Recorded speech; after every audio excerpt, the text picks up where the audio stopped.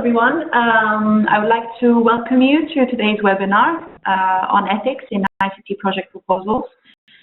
In case you have not already done so, although I can see that most of you have done, please mute your mics so that we don't have any interruptions or hear any typing during presentations. If you have questions, you can either insert them in the chat area or just temporarily unmute your microphones and pose the question. So, delaying any further, I would like to invite Mr. Isidoros Karajas, who is head of sector for ethics and research integrity for DG Research and Innovation, European Commission. His presentation on the ethics appraisal scheme in Horizon 2020. Thank you to everybody for the invitation. You will need me to go through the slides, right? Yes. So let's go to the slide immediately. Many researchers will find it hard to believe, but in reality, ethics is a call to reason. What we're trying to do is we are trying to give information to the research community that treat their research subjects. And this is protection that we are trying to install in the research protocols. Every that there is a human being that is involved as a research subject, as a focus of the research, or participates in the research protocols, rights have to be protected. And rights are protected by law and by reason. So if you apply reason, you also follow the law pretty much, because we like to believe that also follows reason. Some of us do not agree totally, especially in certain areas like data protection, but nevertheless, it is the law. So this is the first thing. We ask them to think about the people that will participate in their research protocols as research subjects, and we try to tell them that think of the same situation and how would you like to be treated in the same situation. That works only halfway. Next slide, please. Why are doing research ethics? Well, first of all, because it's an extremely interesting, fun job to do, but also because it is required by legislation. So in all of Horizon 2020 legal documents, ethics appraisal, as we call it, we'll go into the details a little bit later, is protected, is mentioned as a responsibility both of the European Commission, but also a responsibility of the beneficiaries. Next slide, please. This is an article of the Horizon 2020 regulation. You see in the second paragraph that the protection of personal data, the right to the physical and mental integrity of the person are mentioned. ICT probably raises concerns over privacy and the protection of personal data. It's not the only area, of course, but in the majority of the projects that we receive, or the main area, that most of the applicants will have heard it and they will need support. An important issue that may have been exposed to is paragraph 2 of the article, research and innovation activities carried out under Horizon 2020, exclusive focus on C applications. And you might ask, why do I need to bother? Why do the in ICT need to bother with the exclusive focus of civil applications? Well, we have a regulation in Europe, which is called the Dual-Use Export Control Regulation, and a lot of the ICT products, etc., are listed as items that can be used for non-civil applications, and they are covered by the regulation. Actually, if the applicant does not know, the board will remind them they should not be, they should be concerned, because sometimes when they transfer information between countries, even within Europe, but also with partners outside Europe, the dual use export control regulation applies, and they have to get permit from the authority. Next slide.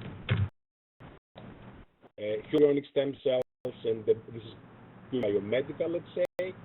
Although I think 4 years ago we had an ICT program that actually involved human stem cells, so they might come in any area of the research endeavor. Very, very, very rare that it will come in the ICT program. We have exception, and I think Themis Tabouris knows about it very well. BRAIN project, which is managed in the ICT from under the FET initiative, and obviously we have a lot of biomedical ethics involved. Next slide. It is important for your applicants, for the research community, to know this part 3 of the rules for participation, that a project can be stopped and can be away from the process at any moment of selection and award procedures, and of course at any moment during the life of the project, if it's found to contravene ethical principles or the applicable legislation. Next slide, please. Another issue that is becoming more and more comes more to the foreground is recital 9, that concerns research integrity.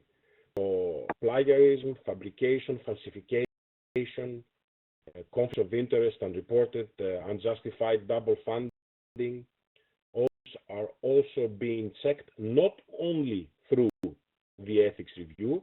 Research integrity is being checked with IT tools, but also through a separate system of committees. But it's extremely important that the community is aware of this issue also. Next slide, please. The Article 34 of the grant agreement. So all the beneficiaries will sign the grant agreement, even if there is no ethics review. Then let's say that the proposal was missed through the procedures, nobody saw that raises ethical issues, but when the beneficiaries received the grant agreement, they sign it. 34 kicks in, becomes automatically into force, and even without an ethics review, the benefit, the proposal is ethics issues, is responsible for the articles, the specific conditions in Article 34. So they case, so to speak. But do that in order to protect, of course, the benefits themselves, because for the times what is covered under Article 34 is covered by national legislation. So since the level of awareness is relatively low, it's getting better every year with every call, with every framework program. Awareness is raised, and the research community knows more and more. But nevertheless, we will not say that we have a satisfactory level. That's why we have those meetings and discussions with you and with other multipliers. Next slide, please. It is very important to keep the points A and B under 34.2. So, with ethical issues or ethical concerns, require an ethics committee opinion only if this is required under national law. With the problem our ICT community has, that in many areas they should have ethics committees to give an opinion for a straightforward ICT project. if it's a mixed project, like where medical people are involved, then it's obvious that you'll go to the biomedical committee and you'll get an opinion from there. But no medical people involved, no medical protocols involved, it is normal that will be an ethics committee that will give such an opinion. More in the member states, such general ethics committees are being established in order to address the issue of the non-medical research. But the situation is not perfect. Obviously, we will not ask for an ethics committee opinion if such committee does not exist. But they ask to give us a reason why they cannot get an ethics committee opinion. Requirements of our ethics review of the Horizon 2020 Ethics Committee become litigations anyway, so the project has a set of legal ethical requirements in the contract that they have to follow. The second part might change with the new regulation of data protection, might not. We have to see how it will be applied. B says a notification or authorization for activity raising ethical issues required under national law. Cover this primarily data protection, but not only. Remember the case of dual use that might require an authorization. In the data protection, usually you need a notification. Very rarely you will need an authorization. It's good for the researchers to know the difference. Again, usually in research establishment, in the university or research center where they were doing the research, there are people knowledgeable that can help them to find out what actually they need, if they need anything. Next.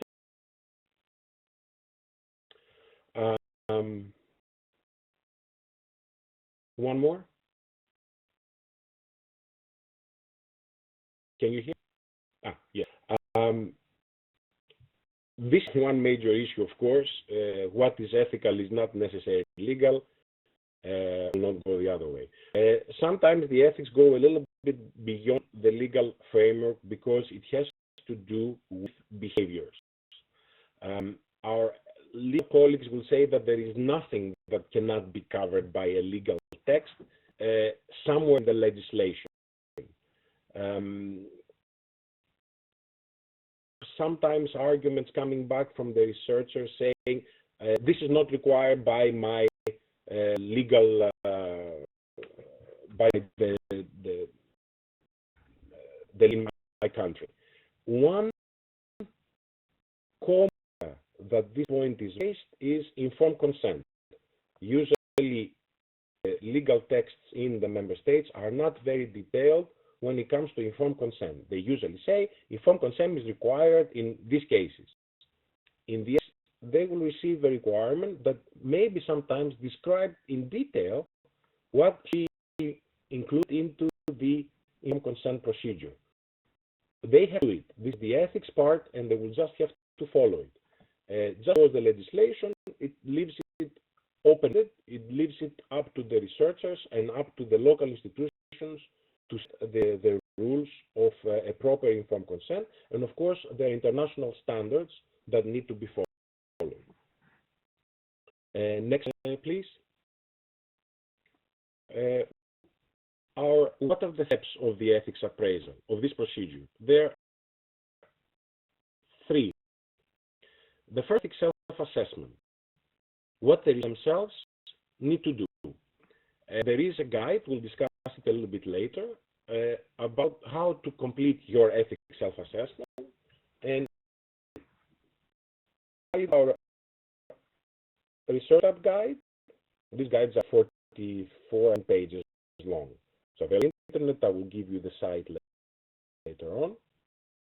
Guide most likely not have any problems with the ethics review procedure. But it doesn't automatic. It's not automatic, that knowledge. And obviously, it all 44 pages. They read only the parts of the guide that relate to their activity. if there are environmental issues involved in their proposal, they will not read the 2 pages that are on environment. If there are no human beings and medical procedures, they will not read the 5 or 6 pages that are involved in medical research. Mostly, they will have to read the dual use and the data protection. For 99%, for 90% of the cases in the ICT field. The total of 4 pages of reading is not much, and it saves them a lot of time. This should be the message that goes forward to the research community, also via you. That if they do properly, they will not have to face the ethics review. Just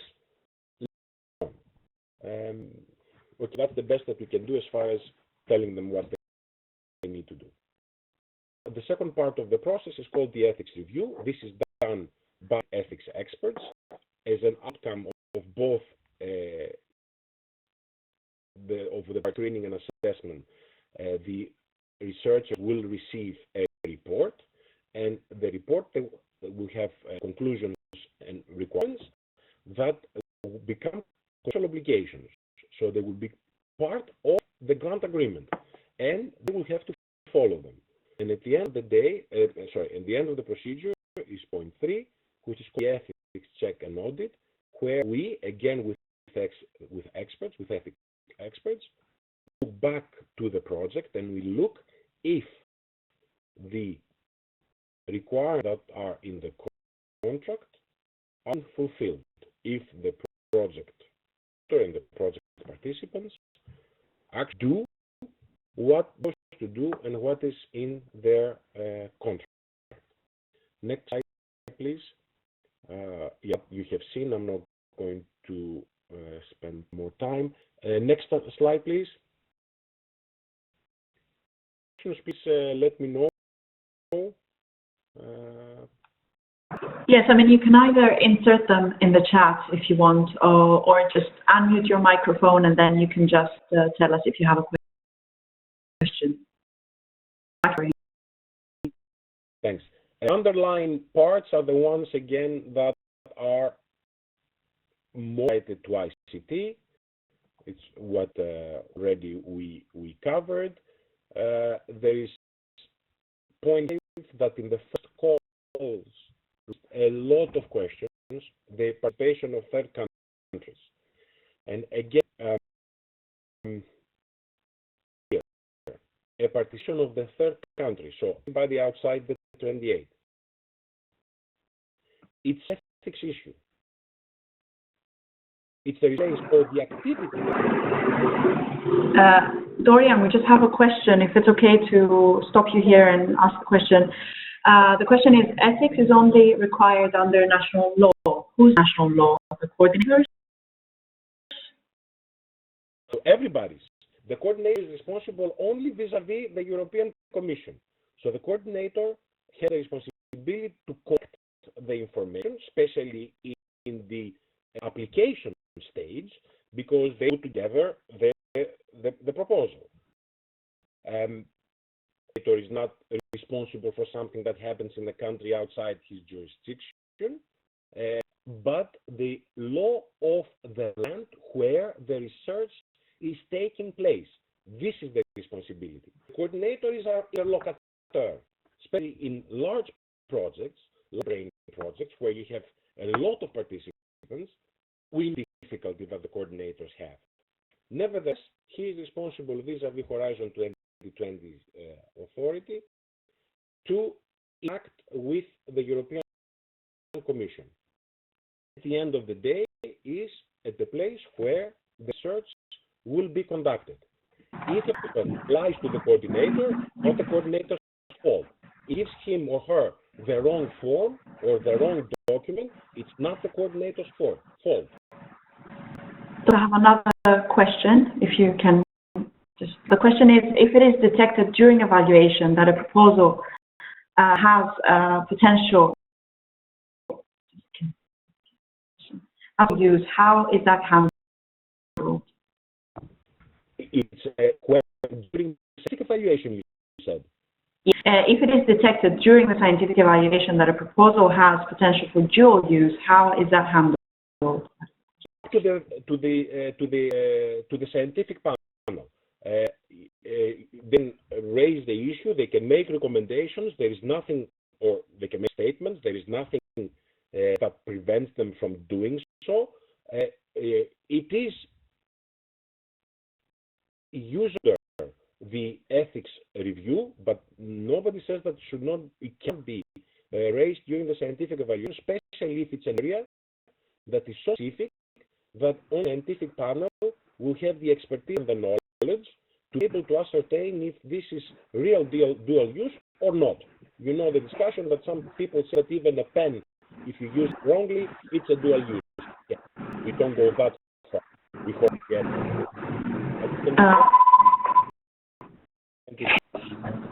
Okay, we also have another 2 questions, if that's okay. The first question is, that means that the partner is finally responsible then? And the other question is about, the other thing is that you referred to third countries as well. What about associated countries, so not in the 28? They're still considered as third countries. They are not the 28. Obviously, again, it's not, this is the Horizon 2020 specific. It does not separate third countries from associated countries.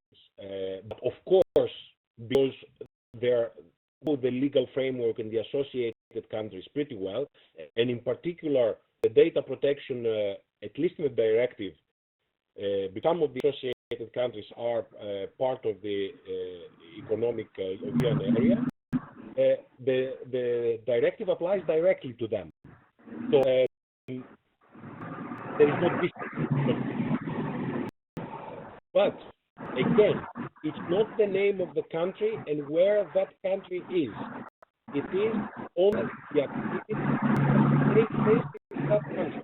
In that respect, third countries are treated the same way as any European country. Just in the European countries, sometimes we have European legislation that goes through the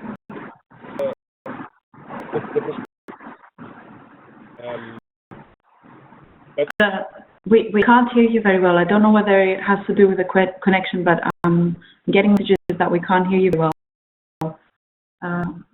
Okay.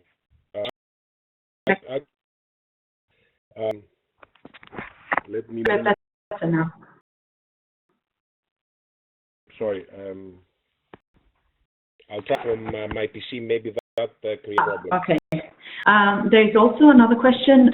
If it is data collection, if the data collection is via phone interviews, which country legislation is applicable? Where the collection is taking place. Either what the instrument is, the rule is where the collection is taking place.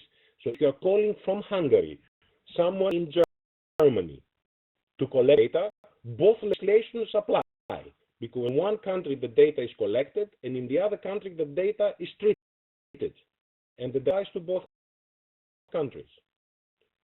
Hope you will not do that. We have more with social media related research, but you will see later on that there is guidance on this issue, and I will put it on the site so your applicants will know what they need to do. Voila. Next slide.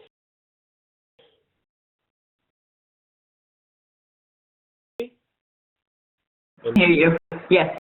Go to the next slide because we are spending. I'm running out of time, I think. The self. Let's go to there. You go.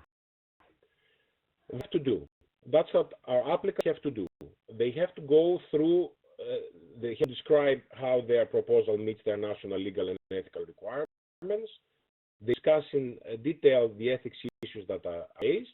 They do that in their self-assessment, and we spend some time looking at how to do that and the document that they have to read, actually.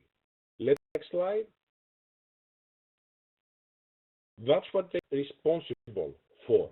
Each applicant is responsible to identify the ethics issues that are raised, how to complete your self-assessment, then tells them what we consider to be the potential ethical issues. It doesn't mean that there are ethical issues, of course, but those are the ones that are included in the ethics, in the how to complete your ethics self-assessment document. You have to into your proposal how you will handle these issues, and hopefully, if you do that, you will go through the ethics review.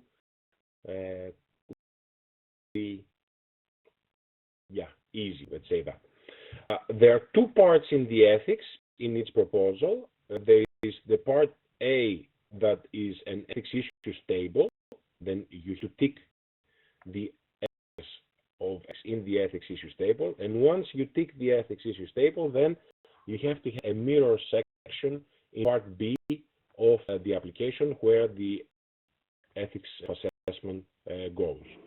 The bottom slide you see where you can find the that document, and as I say in red, it's a must read.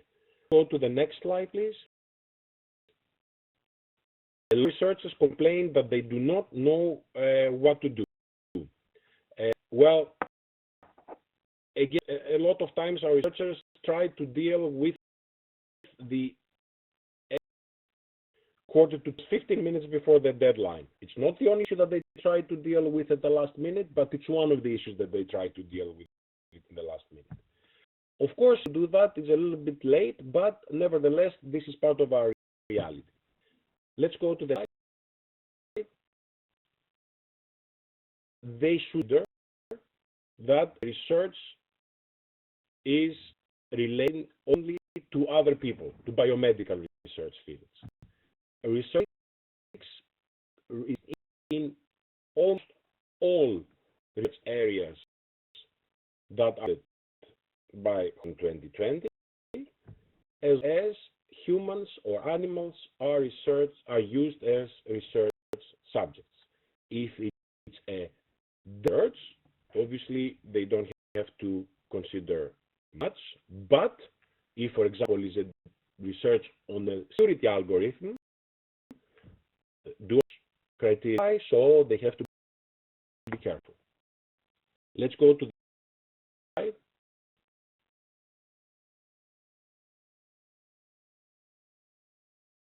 Next slide, please.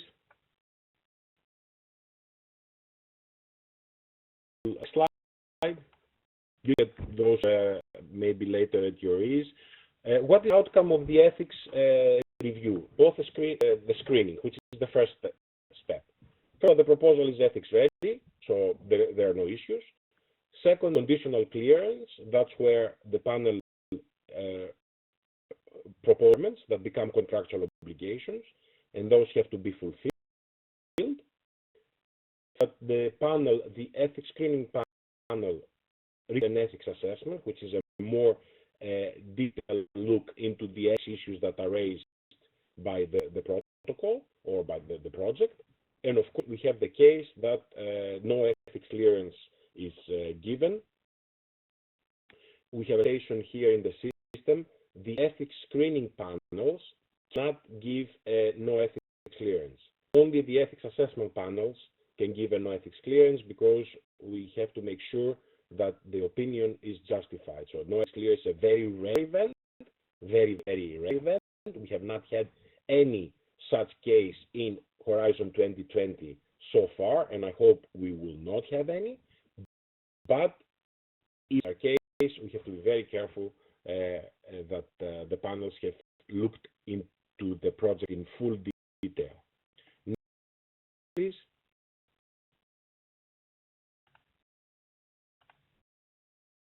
The ethics assessment is a more detailed look. Next slide.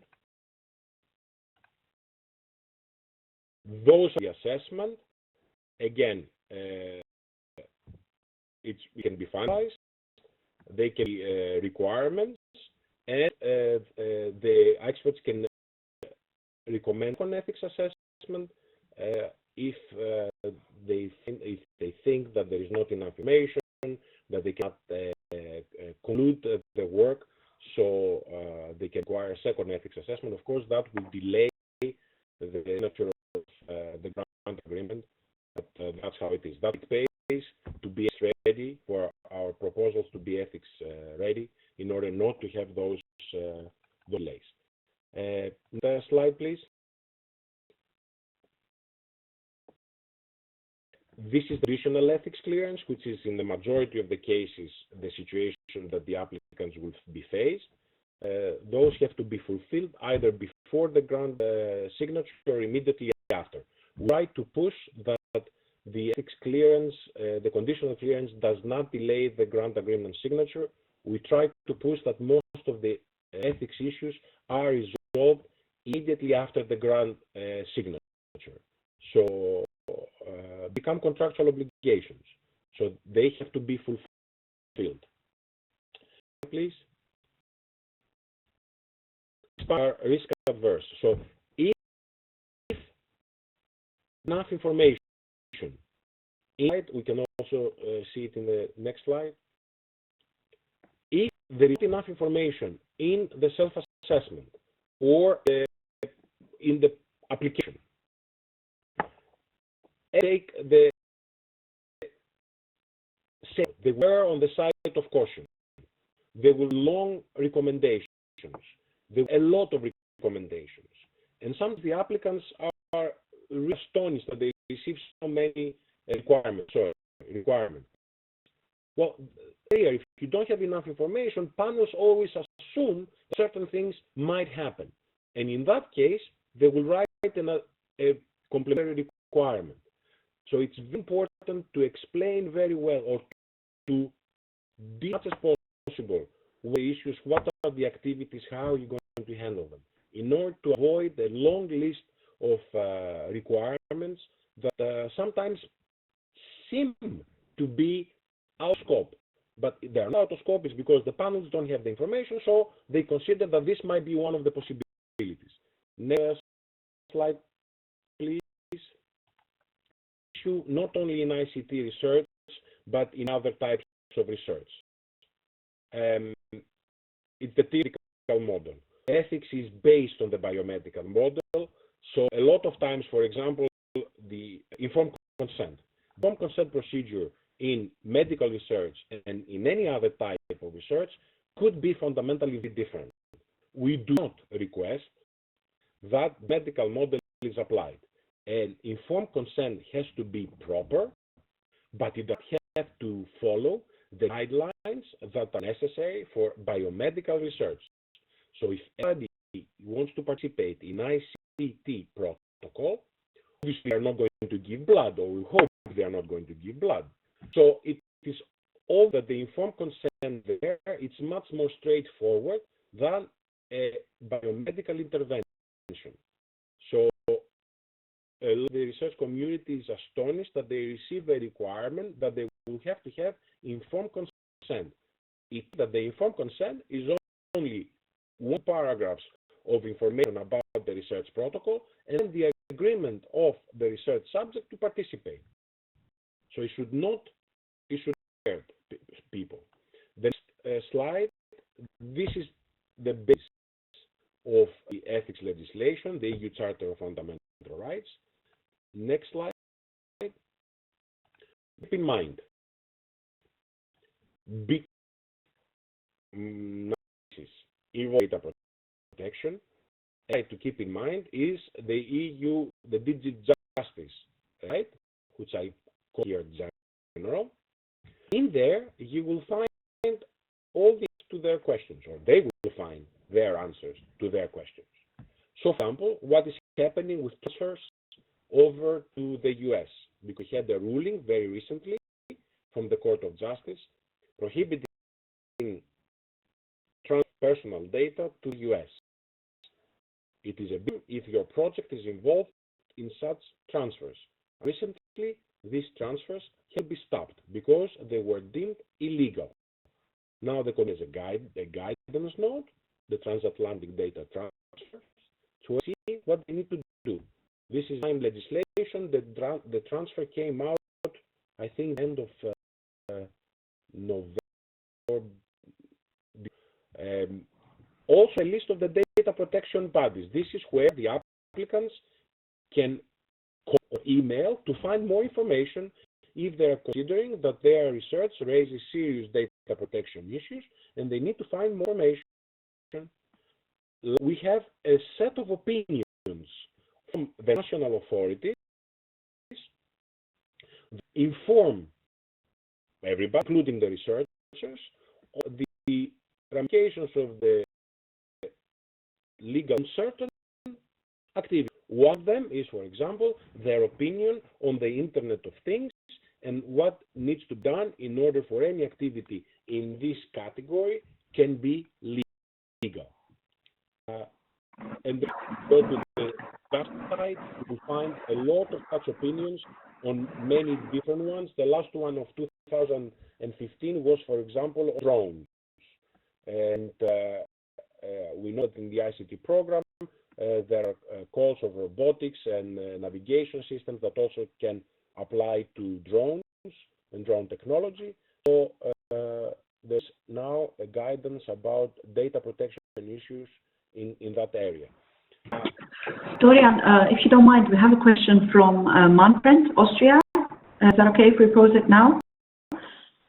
It says, we had a case where the coordinator had to clarify what a Swiss participant would do with an off-the-shelf microchip and what knowledge is exported to Switzerland. If the requirements seemed to be very constructed, and on having a deeper look, it was not clear why this was asked for a purely technological project with clear IPR strategy. The question is, how far has one to think when providing ethics information in the proposal? In particular case, the only, again, with the limited amount of information that I have, probably their only concern was dual use. Of course, the chip was a device on a tracking device or on a camera. So what is the information, where the technology will be applied? Is technology per se, it's the application of the technology that makes it an issue or not. Often, the coordinator can interact with the scientific officer or the officer back in DigiConnect or anywhere else and ask them, for example, I find that this requirement is or does not apply. Obviously, the researcher has the right to do that. Most of them do not research, though, well the area they work, from the legal ethical perspective, I mean. But it is possible that maybe a requirement will be tweaked. In this particular case, I would think that it was a data protection issue, and indeed the coordinator, via its partners, has to answer to the European Commission. That's the second question. So what if the technology is applied to Switzerland, which is a third country, but coming with EU data protection laws?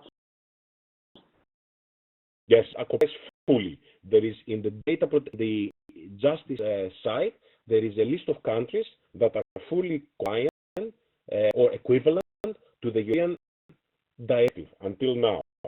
The new regulation maybe will do things easier, but will take a couple of years before it kicks in. For the moment, we go still with the directive. Switzerland is fully compliant, so there is no problem.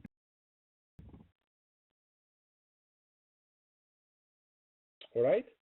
Yes. If it was a dual-use issue, an export or a microchip or any kind of technology to Switzerland, the coordinator, or that was in the European country, would have to get permission for putting that technology outside the 28. So, in Switzerland, but in situations, right? Next, please. In order that the obligations are met in ethics, we have a procedure which is called ethics checks and audits. Next slide. this done by, again, ethics experts. They are not, it's not a piecing activity. It's basically an activity to check the beneficiaries to deal with the issues raised by the research and take preventive and or corrective measures. It is, for example, that we'll find out that in an ethics check, what is the contractual obligation has not followed, or the offer notification or ethics opinions that have been received by the Commission were not the ones. So we have to do as much as possible to amend the situation, so that we do through the ethics checks. Next slide, please. Again, like any other checks and audits, can alter the project, can stop the payment, and have ramifications. We did not have any recovery of funds so far, but we have stopped projects until the ethics issues were properly addressed. Next slide. You will see requirements concerning ethics advisors and ethics boards. Again, this can be avoided if the ethics part of the application is well done. This is a security blanket that the ethics panels are using if the ethics is not very well addressed, and if the issues that are raised by the protocols are severe or odd or interactive. So it's a multi-partner project where doctors, ICT people, sociologists are involved, and it is good to have these ethics advisors in order to be able to help the communication between the different parts of the project. We try to be as careful as possible with this requirement, especially because if it's a small project, to have ethics board is a little bit overboard, but all this can be remedied if applicants do a good job in the application phase. I think I will stop here. I have one more slide. Let's go. The only thing that I would like to raise to the end of the applicants is that the L and the D, learn from the experience of others, so talk to people that have been through the process, and that positively. I don't mean talk to people that know how to get around the process. I mean how to get to deal with the process. And that discuss with people that can help. Most times, the answers to their questions are not with us in the European Commission or the NCPs. Usually, the answers to their questions is in the department next door. They can call the department, the philosophy department, the sociology department, the data protection. They are data protection experts in almost all our research institutions. It's not no, but it is easier to find these people than go through a whole network of questions to the officer, let's say. Just around the corner, as long as you're willing to find out, and of course they can always Google. We still have questions. Please see the telephone number or the the website of my national data protection authority. I mean, if you want to do the work, you can do it. If you can avoid it by asking questions to somebody else, maybe you will get an answer, but it will take a bit more time. I think I will stop here. Thank you very much. Thank you, Dorian, for a very, very useful presentation. And I just want to ask whether there are any more questions that the NCPs, other people would like to pose. Microphones, if you want to pose a question now. I don't hear back any reaction, so thank you very much. I think we can now proceed with the next presentation by Dr. Thimios Tambouris, Themis, who is an assistant professor at the University of Macedonia, and he's been an ethics panel reviewer for Horizon 2020 ICT Proposals. I'd like to give the word to you. unmuted your mic. And I will also pass on the presenter role to Femi now.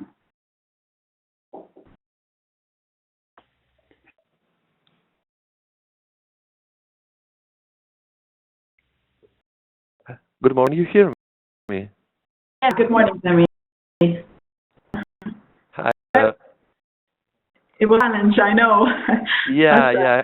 I have some technical problems. Although coming from ICT, I still, I can't always manage technology efficiently. So, but anyway, I think that's over now, and I'm very glad to be with you, and I very much like to thank you for the proposal to participate in this webinar. Now, the next thing I have to do is to upload my presentation somehow, and I don't straightforward way to do that. Basically, a tab that says share, file, and then just shoot from your computer. Okay, thank you.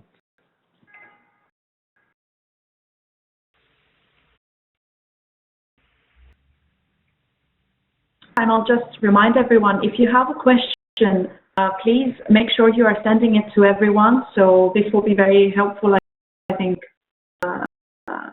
to see your questions. And if it's something that you would like to elaborate a bit more on, just feel free to unmute your microphone and just question.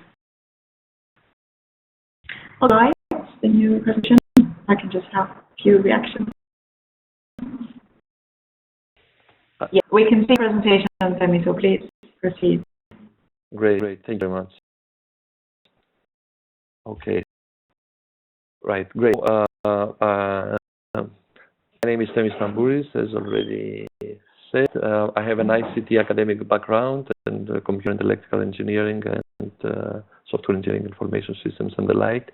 I've been involved in ethic reviews for about a decade now, so from program 6 and now in the Horizon.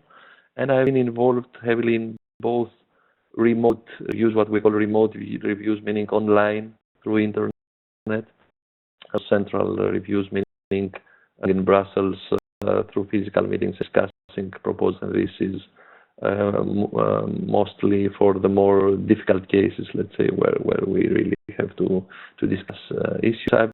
I've been reviewing proposals in ICT, but also in areas. In Horizon 2020, I'm doing a lot of ERC grants, the European Research Council grants, which have diverse topics. I've been exposed to some hundreds of proposals, but also from other. Now, what I make clear from the beginning is that obviously what this presentation is about is my own personal opinion, and it is based actual experience only. So it's not any systematic academic survey or study behind it. It's just what I found out from experience and not an official EU position that was already covered by Dorian, and therefore no guarantee in any aspect is provided about suitability of what will be said for your situation. But hopefully it will be useful angle from someone who is practically involved as a reviewer, ethics reviewer in the process. The presentation 6 parts that I would like to cover. First of all, some of them I will pass very quickly because have been covered very nicely by Dorian already. So I'm not going to insist on those. In general, I'm going to say a little bit about ethics areas and proposals, ethics issues in most ICT research, and go to a bit about contemporary ICT areas which raise some additional ethics challenges. In my experience, again, I'm going to present some common mistakes that I find out in ICT research proposals, and some kind of advice from my point of view, without wanting to substitute what has been said or what should be officially done and what has been proposed by the Commission, but it's supplementary to that. And some conclude at the end. So it has been already suggested, and in my experience, those that are most relevant to ICT proposals actually humans and the protection of personal data. Dorian already that. And non-EU countries, dual use, misuse are also there, but let's say, from experience, it's nice to see that this also is in line with Dorian's view, which is more complete. So humans and protection of personal data is those areas that people who are preparing ICT proposals should really be into and acquainted with. Now, as ethics reviewers, we are provided with certain templates that we have to fill in and with certain guidelines, and those guidelines we are asked to evaluate proposals and the ethics issues in the proposals, and we are sometimes asked to evaluate them under three different perspectives. From the perspective of the objectives of the research. So, are the objectives of the research benign? Is there something problematic with the objectives of the research? Then methodology, meaning whether the methods that are used to reach these objectives are ethically okay, and then the impact. Well, and this goes whether there are ethics considerations regarding the impact of the project results once they are achieved. So overall objectives, methods to achieve those objectives, and then the impact of the final product are all relevant. Those that are most common are those ethics issues that are related to the methodology. And there we find most problems, and this is good because the other areas are really difficult and hard, and it's better if your proposal has a problem in the methodology because it can be solved easily rather than having it in the objectives or impact. Therefore, problems with the methodology are easiest to address. But there are some research, particularly increasingly, I would expect in the ICT, main issues that are related to objectives and go to specific proposals, but it's so inherent to whole fields like artificial intelligence or impact, like profiling, users profiling through data, harvesting data, etc.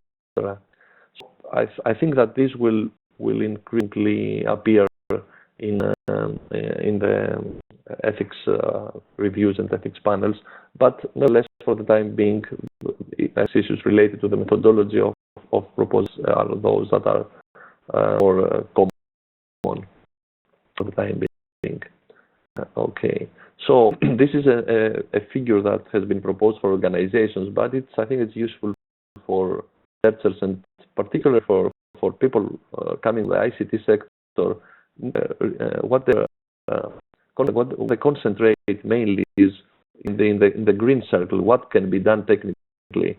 And being an ICT person, an ICT researcher, I'm also very thrilled sometimes of what possibly do with new technology. And people are excited on that, and they might forget the other circles which are very important. What an organization would really like to do, and the ethical position somewhere around there. And someone has to be careful about the difference between what can be and what should be done, or what it's clear to do, and it's not always much. So if we go to ICT research proposals, they mainly involve to some in software development, not all of them, but a large part of them. And then software development inevitably follows all the software engineering method. That is a systematic method to develop software. Methods or models have been proposed. Many years ago, the waterfall models were laid, more recently the unified process, or even recently the agile development with Scrum, extreme programming, and the like.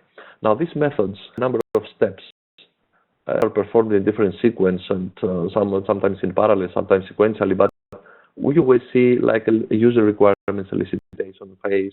You will always see a system specification phase, an analysis and design, some sort of system development, testing, and normal proposals have a trials and evaluation phase or work package where the idea is to evaluate the system and provide a proof of concept. Now, what people who think a proposal should have a look is in two specific phases of the process. One is user requirements elicitation, and the other is the trials and evaluation. These, according to my experience, are the phases where human participation outside the consumer might take place and might raise ethics issues.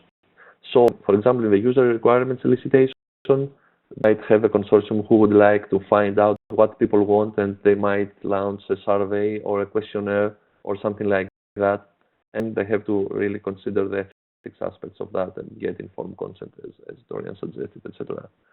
On that trials evaluation, here again, many consortia, what they do is that they go outside the consortium and try to evaluate their system under real situations as they suggested, and respect they times involve people outside the consortium, which again raises issues with regards to human participation and data protection and maybe private, depending on the field.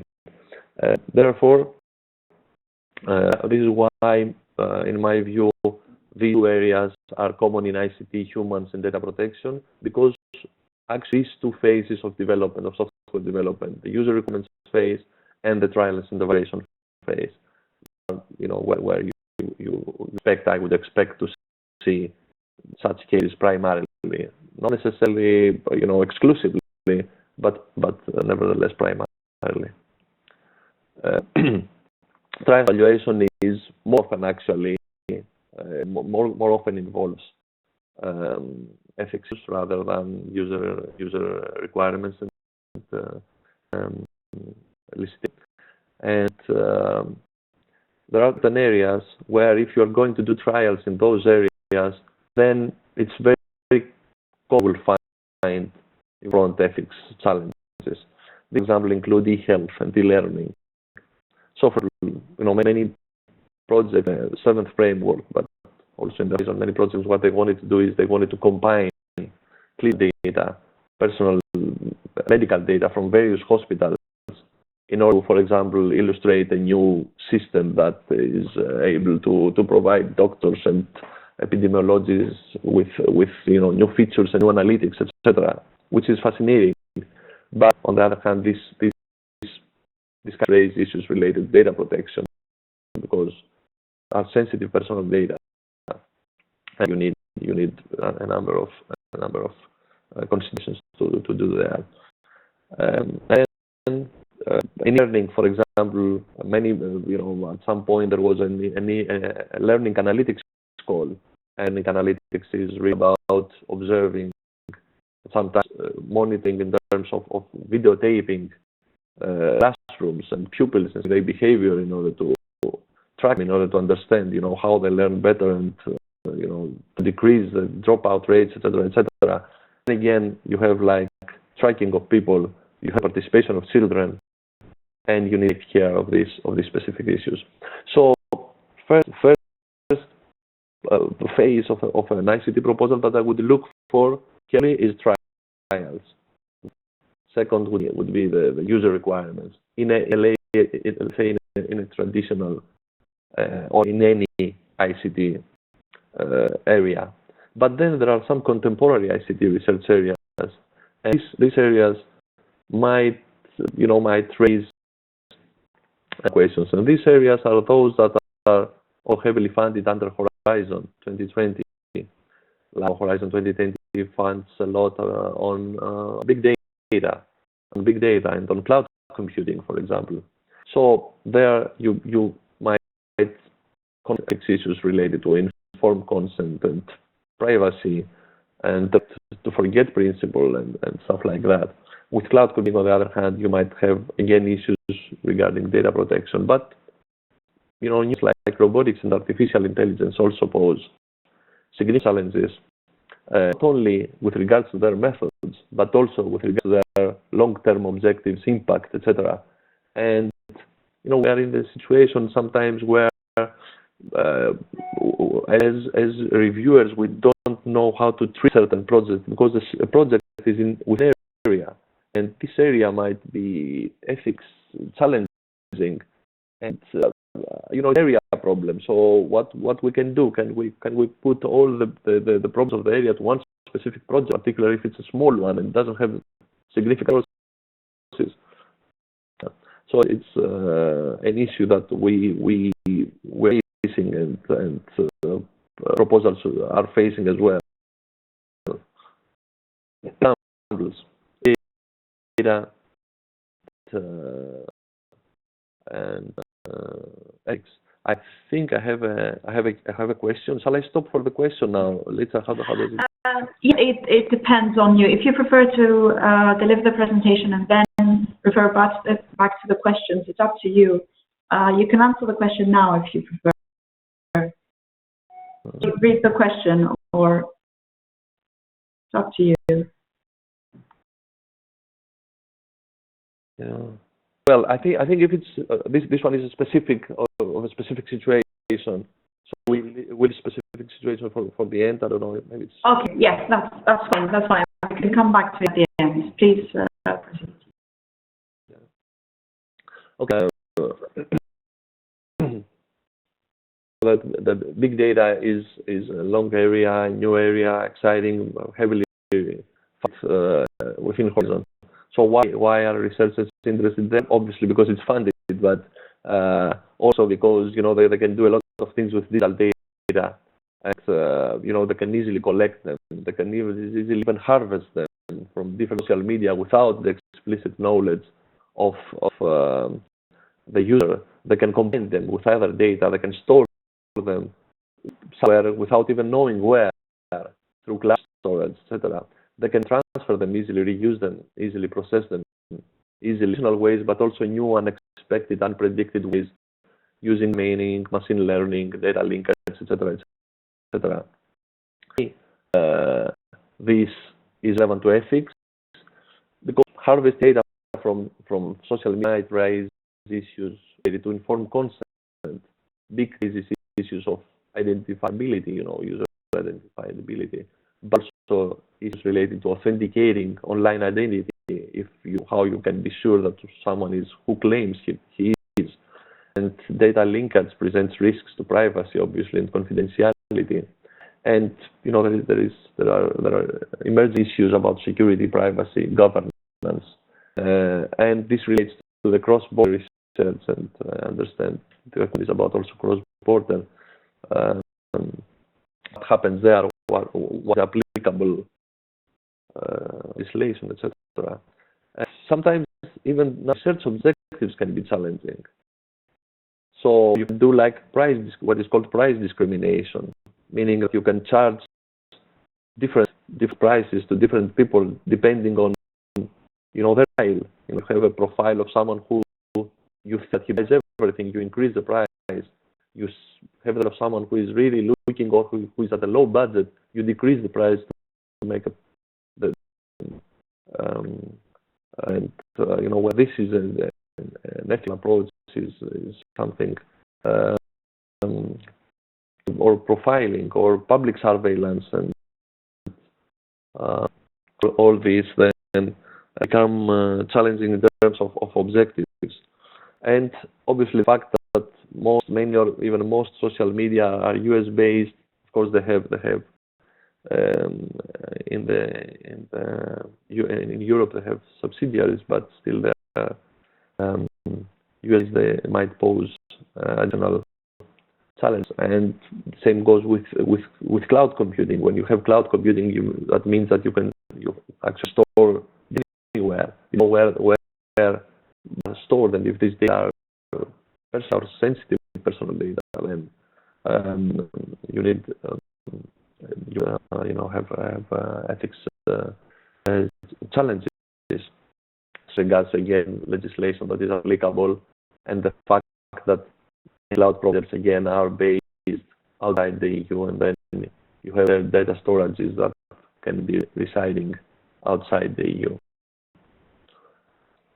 So here the project has been already by Dorian. That's a very challenging project. It's a 10-year, €1 billion budget flagship project to investigate the human brain, actually, amongst others, using massively parallel processing. So the ICT component is big, the part of ICT. So that there is a project that raises ethics issues related to everything, more or less. So objectives, like to simulate a part of human brain, methods. Within the methods are going to be scanning human participants and to see the brain evolves, even young people, and models will be employed, and all the impact. So what will be long-term impact if we finally manage to simulate the whole human brain? So it's an extra, it's super difficult problem. Obviously, most ICT projects don't fall into that category. They are much more modest in terms of involvement of issues. So here is, different perspectives of how one can approach data protection issues. Like, Dorian already suggested that you can think of yourself, what if my data were handled like that, and that's one view. Or putting yourself in someone else's shoes and say, if else would mind, really. Or you see it from a perspective, like if I understand and comply with the legislation.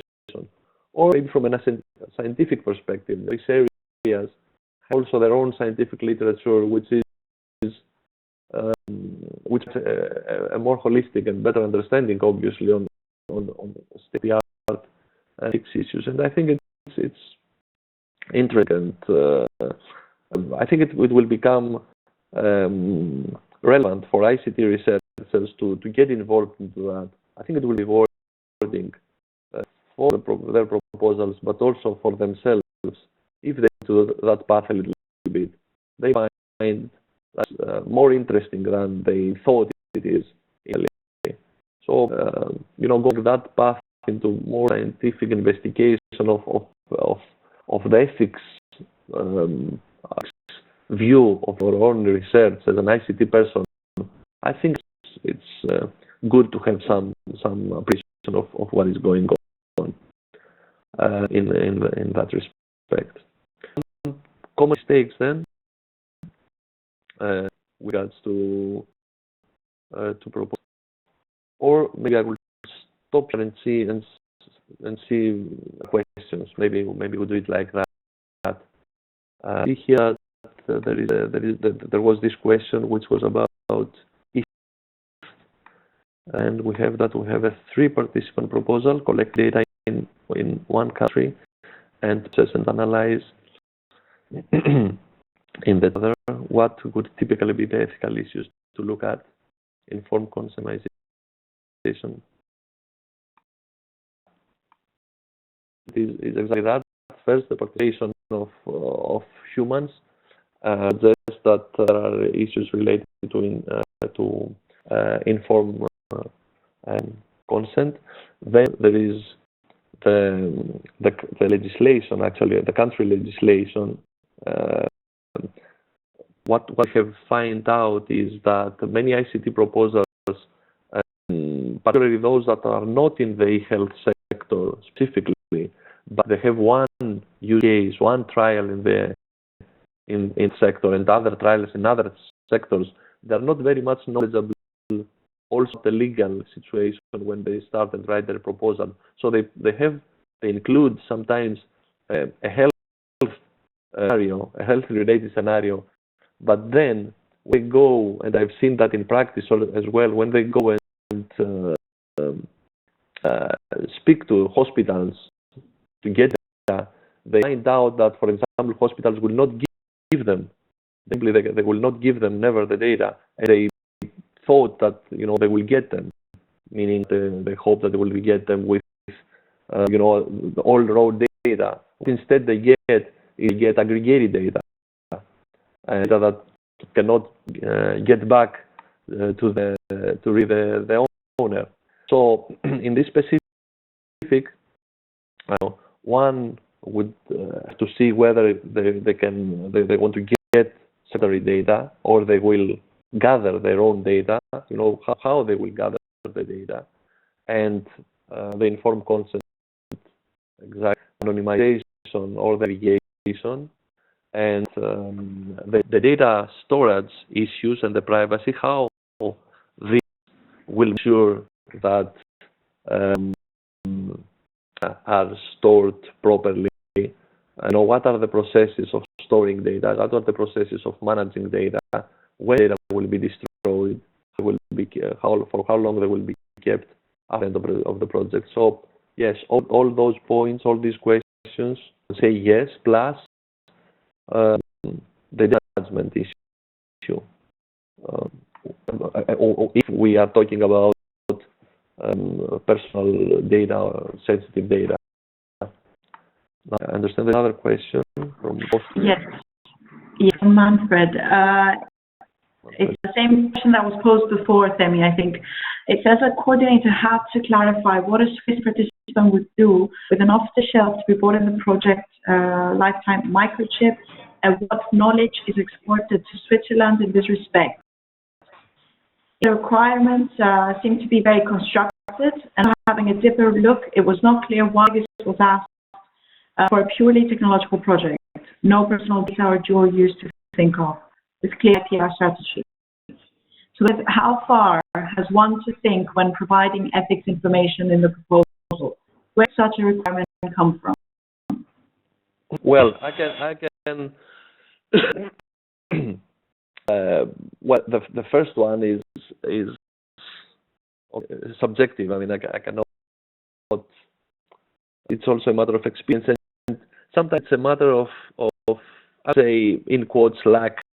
In terms of, sometimes some proposals go into reviewers who are very familiar with the area, who are very knowledgeable, and therefore they want to see many details.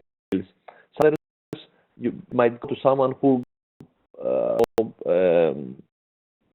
is not knowledgeable, so he wouldn't expect very details on a specific issue.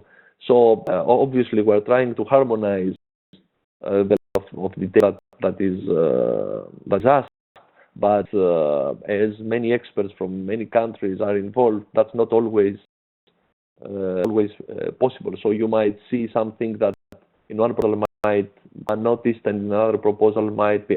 I'm talking about detailed things, not big, really detailed things.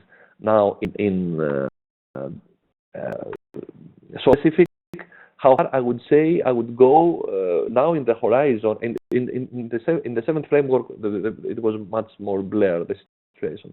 Now, horizon, I would say that the self-assessment guidance, that's a fairly good exercise. If you go through it, I think that's okay. If something more it is, you can hope handle it. Now, where this requirement came from, that I can give an explanation.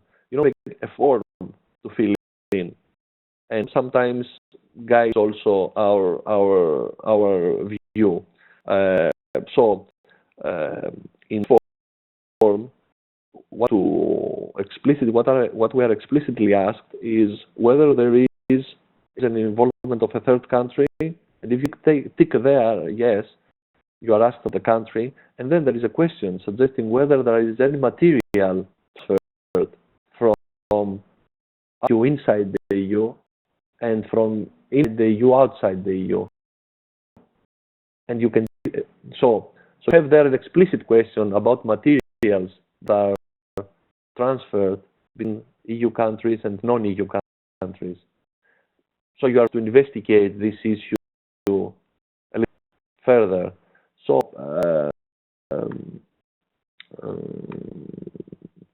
in this situation, I would say that that specific was a microchip, yes? Okay, yes, that was, it was asked because there was a question there. There was, obviously in the proposal, there was this microchip that was transferred here and there, but I don't know much more information about what proposal was about and what kind of ethics issues can this microchip, this specific microchip. Yeah. Please. I was going to say there's also another question. I don't know if you want to refer to it, but Manfred says, thank you for the answer, and it's clearer now in what you said already. Great. The other question is, getting ethical clearance, for example, for health-related ICT projects, can be very time-consuming for the coordinator when preparing the proposal. Are there good practices that can reduce this time? One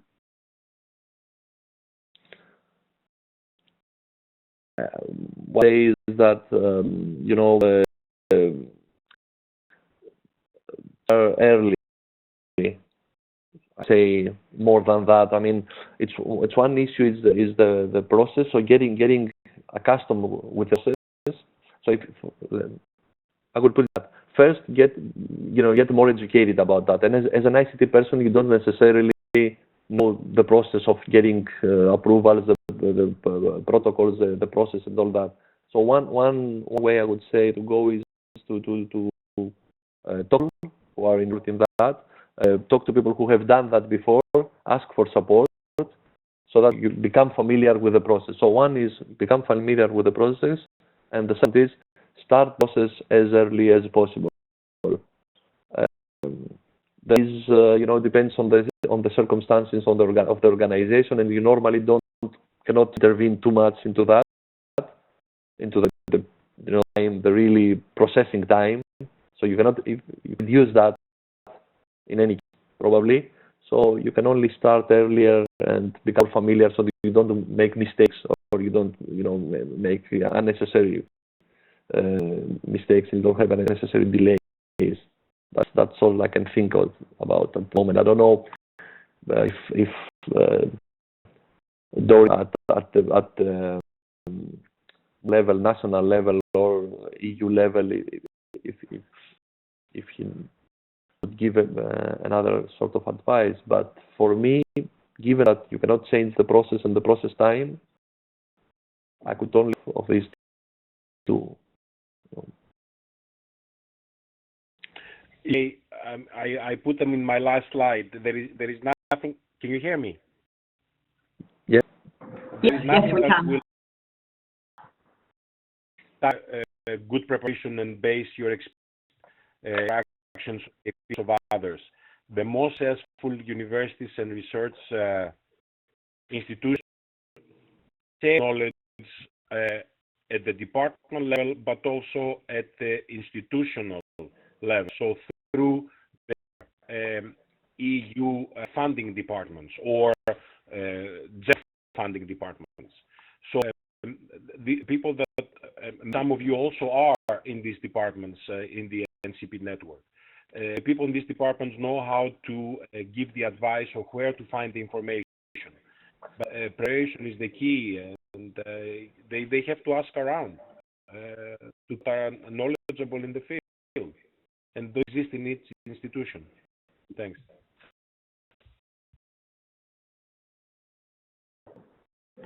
Semi, we come back to you. Yeah. There's another question which I think is also for Dorian. I would say, there's an overall list of ethics stakeholders in the various countries or institutions. What do you mean by stakeholders? Ethics, for example. No, we only have the only official contact points are the national bioethics committees, but that will not help you a lot. In each institution there should be ethics committees, although they're bio. Some of them will review proposals in other areas. And as a lot of institutions, again, there's institutions, are building committees in other research areas, ethics areas. So yeah, unless there's something that I don't understand with stakeholders, that's what I can think of. It says those people the coordinator is supposed to speak to, I guess experts, but Francesco says thanks, so I think he's covered.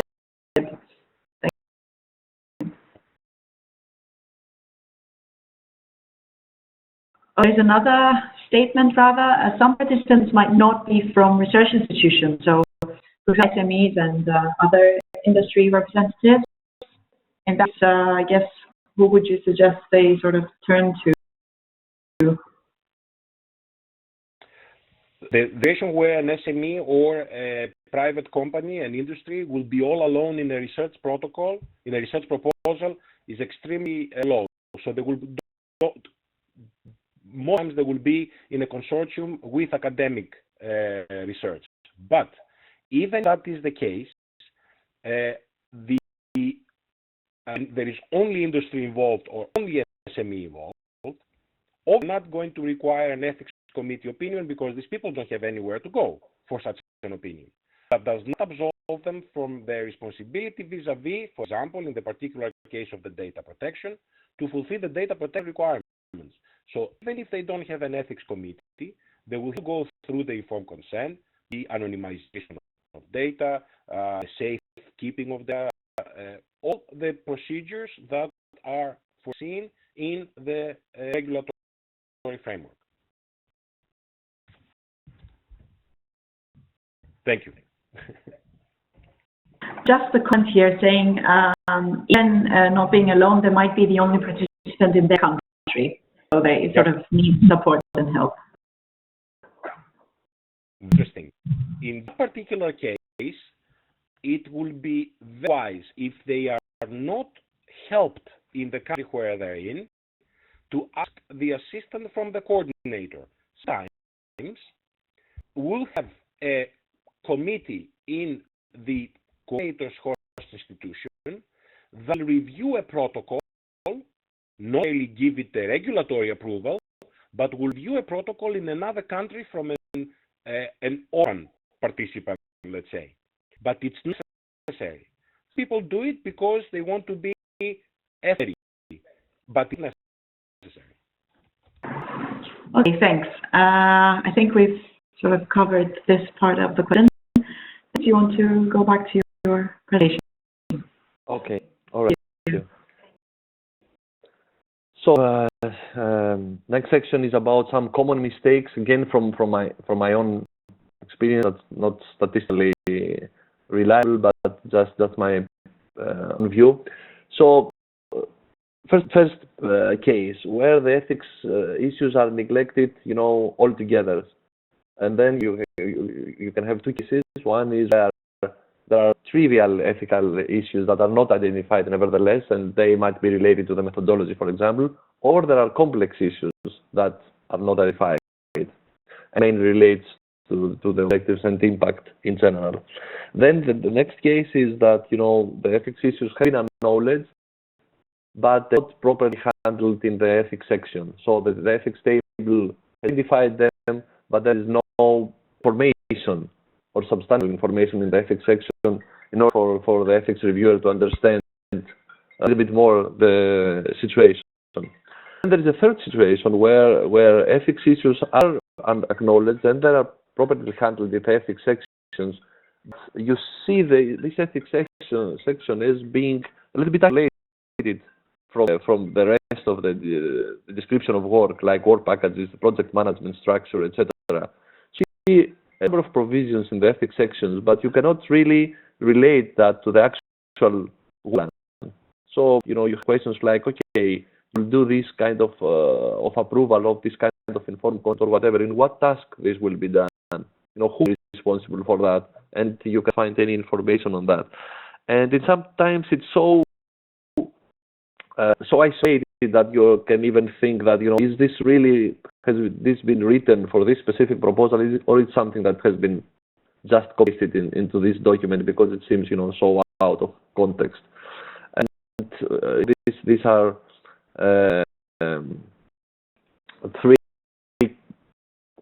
areas of stakes. And then, my own practical advice, not to replace the commission, but to complement. I would say someone can follow like a 5-step process. First, identify possible ethics issues in your work. Then try to get informed about requirements, regulations, or good practices, etc. Then you need to prepare a plan to handle these issues. Then to really integrate this plan in your description of work. And then if needed, you need to properly manage ethics issues, and this goes to more complication. So identifying means that you need to analyze your proposal in terms of the objectives, the impact. First objective, I'm going again to that technological determinism, which is very common in ICT persons like me. The fact that something can be developed doesn't necessarily mean that it's really a good idea to actually develop it. Sometimes it might not be a good idea from an ethics point of view, or from a legal point of view, or from organization point of view. Again, remember this diagram with the circles before. Then methodology. The methodology for ICT projects mainly relates to the participation of humans, rarely animals, although there are some cases. And particularly with data protection and privacy, particular systems that observe or track people. And the impact, you need to a little bit think forward whether the system after it's and where it might have potential for dual use or misuse. Now, the common mistake here is that, particularly in the 7th framework, ICT doesn't have a culture of ethics, and ICT normally don't get any ethics courses, etc. And up until now, it was an issue that's in 5th framework or 6th framework. It existed, so people are not knowledgeable about that, or they really decide to out. And therefore, a common mistake is that ethical issues are neglected altogether. And these two. And then the next step is, as part of that, to identify the ethics issues, you need to also you can check the existing links. I think Dorian covered that sufficiently. The self-assessment exercise is particularly interesting. Now, this is the table. Obviously, we all know from part A that has to be filled in with regards to humans. A number of questions that you need to think yourself whether some of these apply to your own proposal, and say a bit more about it with regards to personal data and dual use and misuse, with more rare, in my view, as already. And then the next step is really to get some information about the required areas. And again, a good point is to discuss with colleagues, with people from your organization, at your university, or people from a university who are familiar with the processes, and get to know the basic regulations or legal bases. I'm not a lawyer myself, but documents that exist, the directives like the Data Protection Directive or the Privacy Directive, and on. A common mistake in proposals here is that the relevant requirements are not presented only at the EU level and national level. So the real countries where the research will take place are not explicitly identified, and there is a very brief reference to the Data Protection Directive, and more information are needed in that respect there.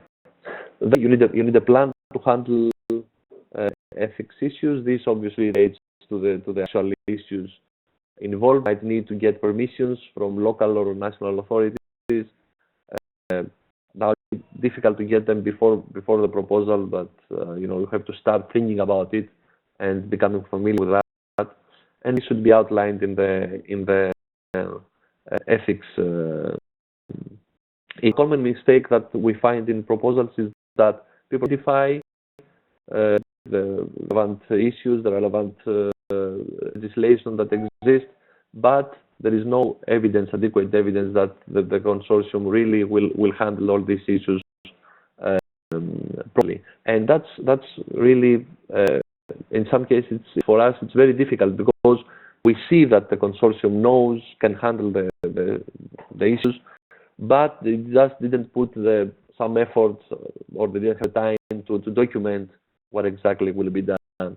But we have to come back and with all this long list of requirements, as Dorian suggested, and sometimes we know that we will get satisfied on those, but we really have to do that because it's not there in the first place. Then you have, in my view, what is in many cases is integrating really this plan also in the description of work. So not only an ethics section which seems and is isolated from the rest of the proposal, but really put some within your description of work. If you are discussing trials, something about the ethics issues in the task description. If you are having ethics issues in the user elicitation, requirements elicitation task, put some there. Put explicit in what work package and in what task you will obtain approvals, by when this will be ready. Think that, try to integrate that is the ethics section in your and then the common mistake here is what I already said, the good ethics section, but you don't see how this relates to the work plan. It's difficult to relate the actual tasks, or sometimes you can find contradicting statements in the plan because the work plan is very much technical and it goes very much into flexibility and generalizability, and in the ethics section you see something much more conservative, and you cannot understand really how these are related and how this can be combined, and find more evidence there that these are harmonized, that ethics is not something you add after the proposal has been prepared, but it's something that you really consider when you are building your proposal, your ICT proposal. So in your thinking you already have an appreciation of ethics issues, and that would be, in my view, optimal plan. Now, in case you need to manage properly ethics issues when the project is running. You have to decide, for example, whether you have a specific task or a specific work package on ethics, or how you're gonna manage ethics issues. Who will be responsible finally? If you have issues, it will be good if you have someone really responsible for that. Is it the coordinator, the other person who is like an ethics expert? Do you need an expert outside the consortium because you need an independent expert? If I could just stop it, and there's a question that's related to just what you're saying, and from Francesco. He says, I assume the cost of validating the ethical issue in the time life of the project can be charged, right? Including the effort of the national representative who checks and validates the ethical aspect. So we're saying the person in charge of running these things. Can they charge the time to the project? Well, but maybe Dorian can answer that. In my view, if you have budgeted for that, that's okay. But you have to budget for that properly and put it in your justification. So is it going to be under personnel? Is it going to be under subcontracting? If it's someone outside, are you going to subcontract like you have an ethics expert, or what kind of costs are there? And this goes through normal of the commission. If you, in my view, if you put it in the proposal, it's before asks you to do that. It's much easier because it is validated by the panel, and if the costs are deemed appropriate, I would say they are normally accepted. Yes, that's my experience so far. But I don't know if there is any specific rule that part from Dorian.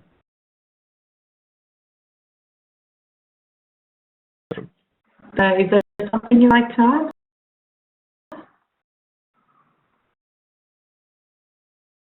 Still with us, but I don't know whether.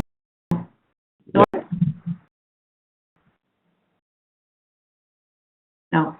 But okay. I think that that's something that it really has to go through the handling the financials of the proposal. In my view, if it's something that it's eligible, yes, in principle, if it complies with the rest of the rules of the Commission.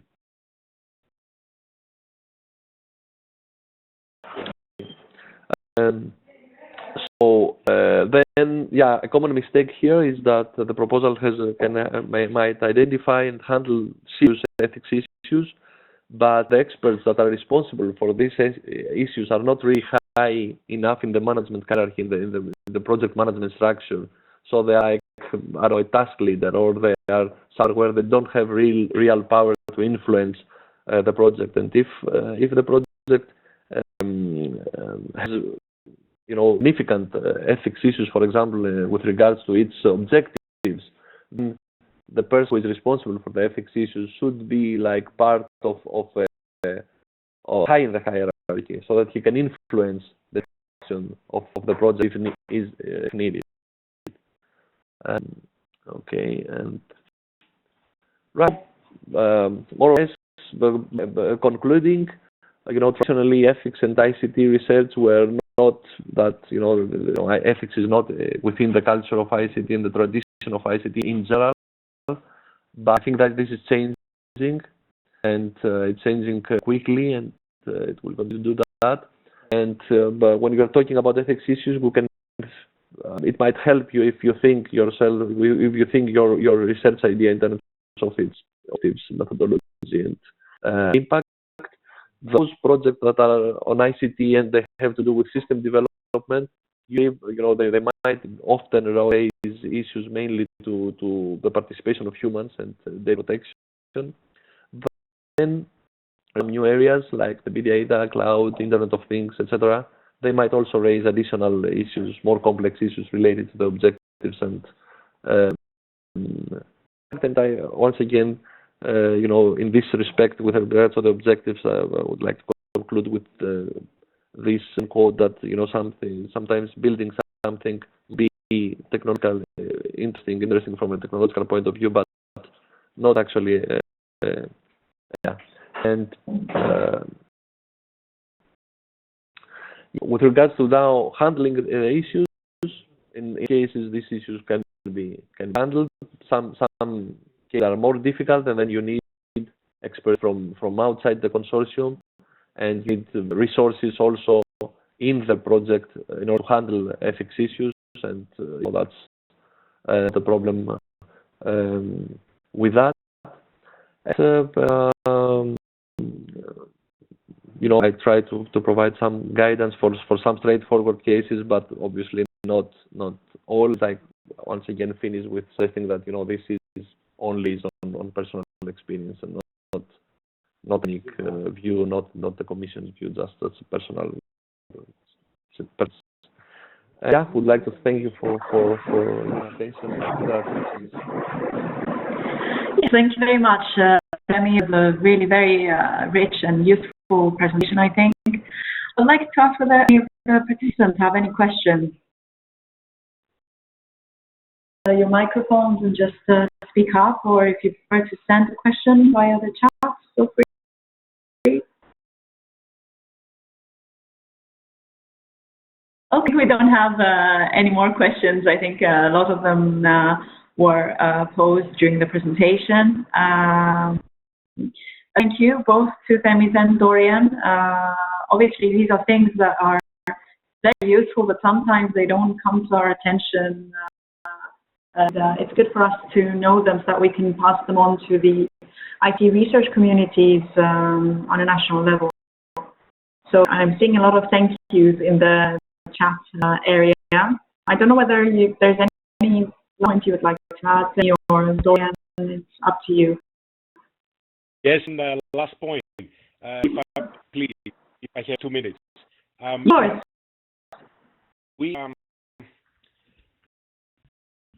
It's feedback from you that with the contacts that you have with the research community. Sometimes that feedback doesn't get to us, not the feedback to the response to the ethics review, the challenges they have, the problems that they have. It's very important for us to know so we can improve our system and take it into account when we review proposals in that area. Sometimes also our panels, even if they're experts in the field, they will operate in a mindly, but a situation in one country does not necessarily mirror a situation in another country. The institutional responsibility, the different committees. So it's better from the NCPs, if possible, to collate these issues or to know about those issues, at least the important ones, that come back to you from the research community. And a second point is that we always look for good words to participate in our ethics review procedure. If you have people that are interested, that know both the ICT and the ethics field, provide them to me. If they're registered in the expert database, it will be very helpful to increase the expertise in our ethics database. Thank you very much. Thank you, Dorian. Thank you very much for your time. We know that for both of you it was probably quite difficult to join us today, but thank you. And thank you to all the participants as well. I'll just say that a recording of the webinar will be sent to you automatically via the system. And also, if that's okay with the presenters, we will share the slides with you. So we'll send you the presentation. Thank you very much. Thank you. Thank you. I think this is the end of the meeting. Have a nice day and see you soon, hopefully. Bye-bye. Bye. Thank you.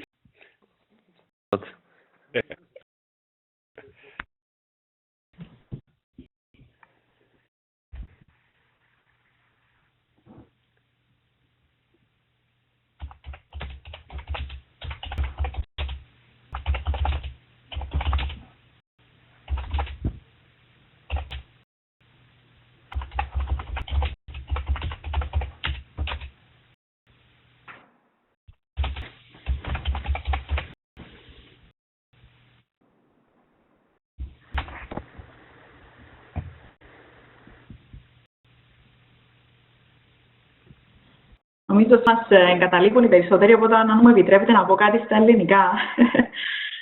Σας ευχαριστώ πάρα πολύ για σήμερα και τους δύο. Που σας έχουμε δυσκολεύσει λίγο με το σύστημα. Ναι, απλά ήταν το θέμα να ενωθείτε. Αυτό είναι το θέμα. Είναι η πρώτη φορά που ενώνεσαι και εγώ όταν το χρησιμοποίησα πρώτη φορά και εγώ δυσκολεύτηκα λίγο. Είναι πολύ reliable, γι' αυτό το χρησιμοποιούμε. Ναι, και εγώ μια χαρά, εντάξει, τα έφερα. Ωραία. Πάντως πραγματικά και από τα σχόλια νομίζω όλοι είναι ευχαριστημένοι. Ωραία. Είδες και εσύ τη σκέψη ότι ίσως καμιά φορά να κάνουμε και κάτι πιο έτσι, face to face, αν θέλετε. Ίσως σε κάποια από τις συναντήσεις μας.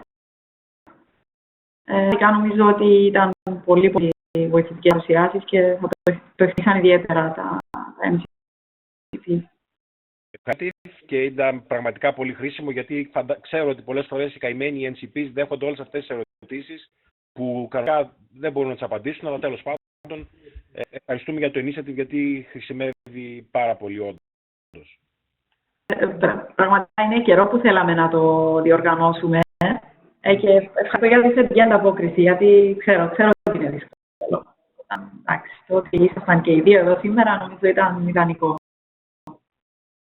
Εγώ ετοιμάζω το επόμενο ICT Ethics Assessment που είναι το Μάρτιο. Οπότε σήμερα είναι ICT Day το πρωί. Κοιτάξτε, είναι τόσο σημαντικό πλέον το ICT, οπότε νομίζω μια μέρα να αφιερωθεί είναι καλό.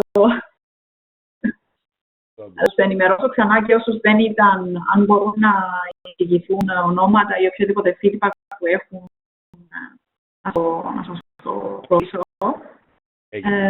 Νομίζω πήγε πάρα πολύ καλά. Ευχαριστώ πραγματικά. Άντε, καλή συνέχεια. Καλή συνέχεια. Γεια σας. Γεια. Χαιρετισμούς στα Βίκη. Εντάξει. Γεια. Αντίο, γεια.